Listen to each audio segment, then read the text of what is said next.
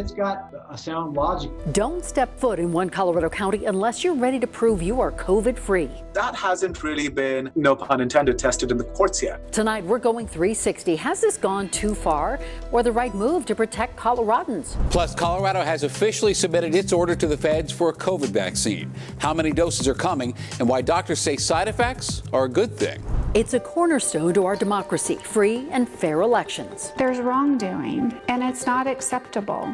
Tonight, a focus on a small election with a big controversy. There's a whole bunch of controversy over what happened on May 5th, Election Day. Okay. Did you bring some ballots to the district office? I can't answer that question. Denver7 Investigates has spent several months digging into accusations of election fraud in a small metro community. Chief investigative reporter Tony Kowaleski takes us inside the battle for power.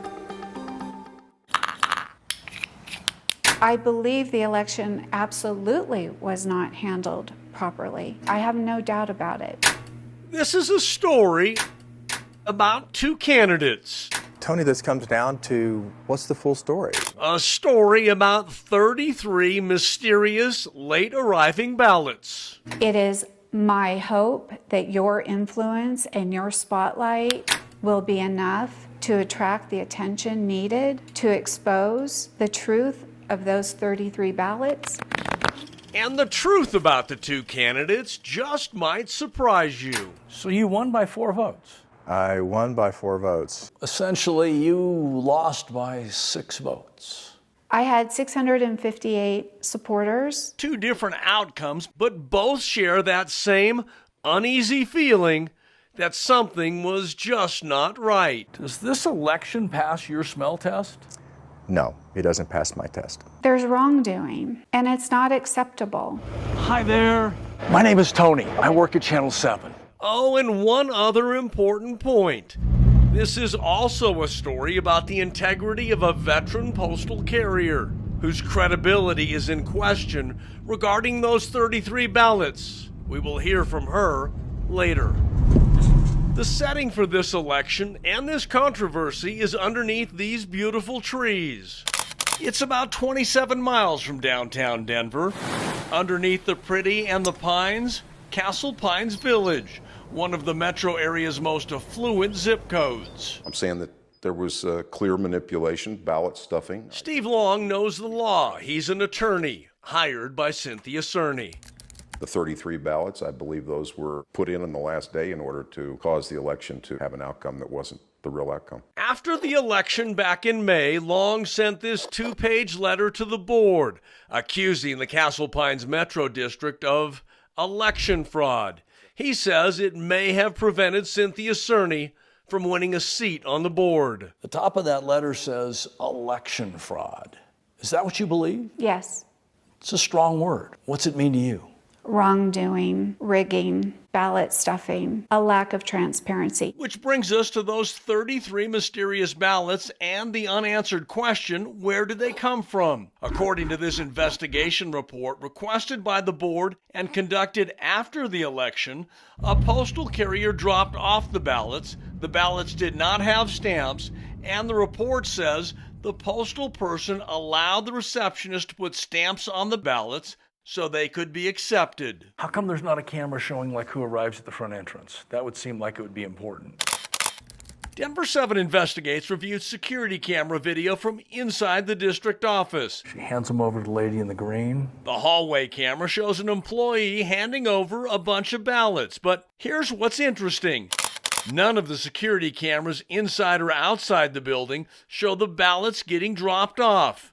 And the one camera that could have shown the postal carrier delivering the ballots, the camera at the front door, well, for some unexplained reason, that wasn't working. The investigative report, it indicates that they were ballots dropped off by the post office, which were not postmarked. U.S. Post Office procedures would not permit that, so I know that's baloney.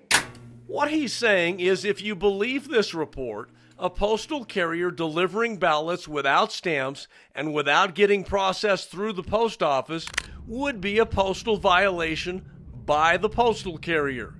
Which brings us back to that roadside interview. You realize they're investigating this, right? Yes, which is why we can't speak about it. Okay. You guys have to speak to lawyers. She's the postal carrier accused of delivering the unstamped, unprocessed 33 questionable ballots. Can you tell me, did you do anything wrong? You'll have to talk to the lawyers. I can't answer the question. When we first approached her, it was clear she was advised to not answer questions. But for some unknown reason, she wanted to set the record straight. Do you find it unusual that they're kind of blaming you? Absolutely. I think it's unusual they're blaming the Postal Service. Period. I've worked for the Postal Service for 22 years, never had a ballot problem ever. Never. You look like somebody who follows the rules. Yes. Well, I've worked here for 22 years. I've never done anything wrong. I'd like you to watch this video. We brought that interview back to one-time candidate and current board member Tad Walden. Does that video raise questions about the integrity of the election? It raises questions about the integrity of the stack of ballots that were received on May 5th. It taints them. That would include me being elected. It was an election where 22 votes separated all four candidates. Walden was one of two winners. Cynthia Cerny was one of two not elected. The president of the board, the person responsible for elections, they don't want to answer my questions. They don't want to see this video. What does that say? I get that they don't want another controversy, and neither do I. But if this is true, then this needs to be dealt with. We need an honest discussion as to what took place. We need to know the truth about those ballots. In responding to that letter sent by Cynthia Cerny's attorney, the attorney for the board denied any election fraud or any election improprieties. But when asked if we could review those 33 ballots that showed up on election day, that request was denied. The question about the role those 33 ballots played remains unanswered.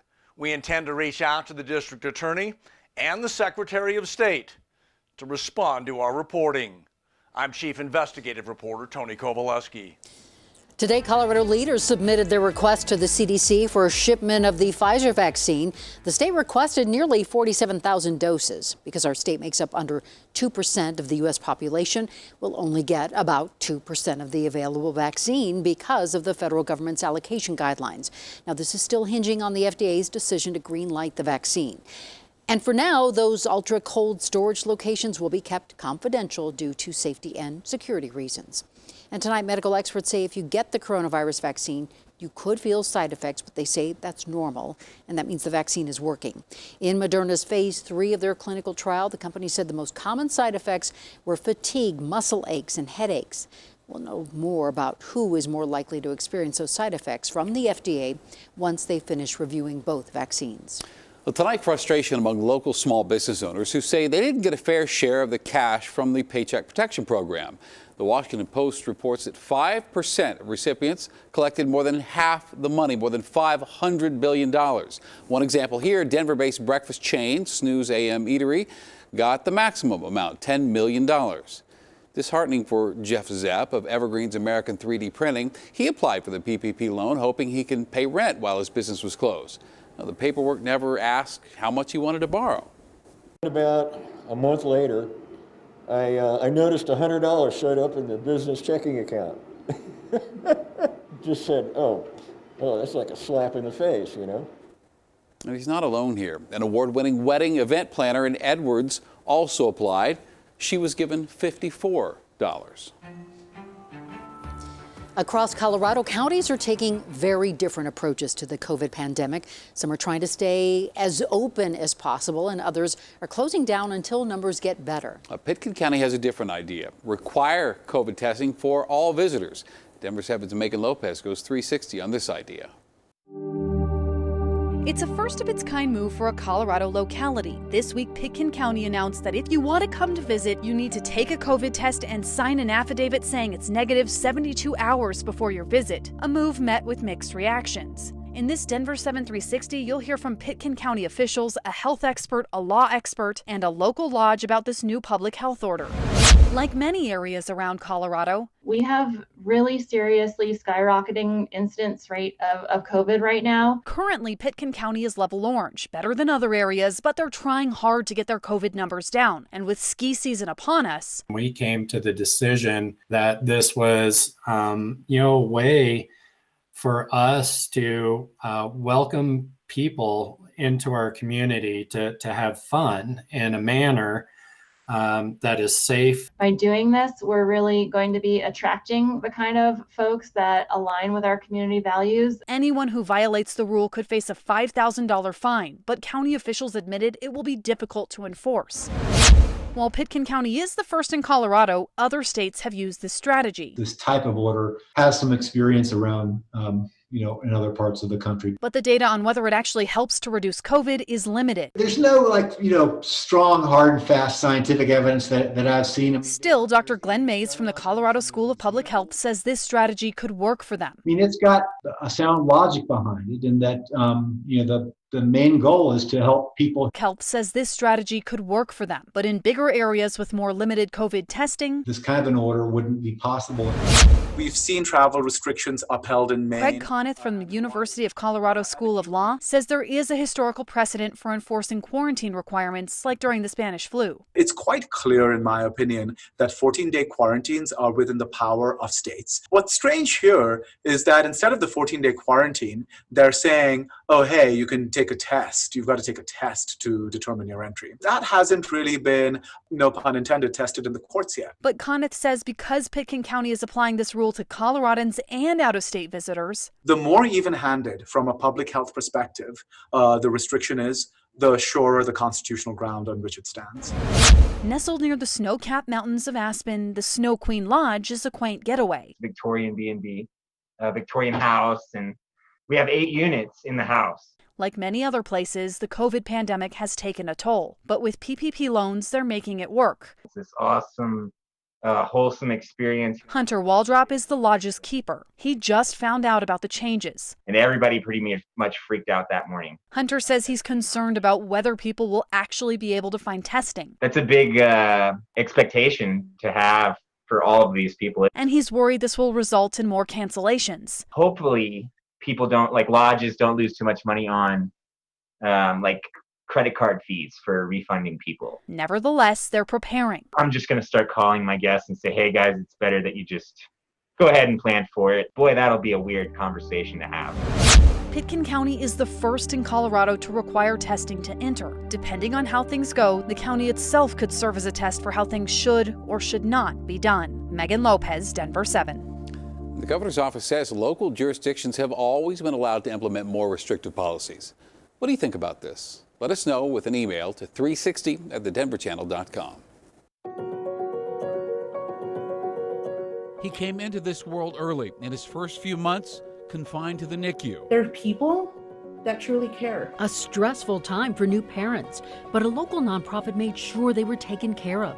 And now you can help that organization continue to provide support. We are so thankful because of the help that we got. I was able to be in the NICU every day. Unseasonably warm temperatures for the Front Range, right around 60 degrees today with lots of sunshine, but will it last all weekend? I'll let you know.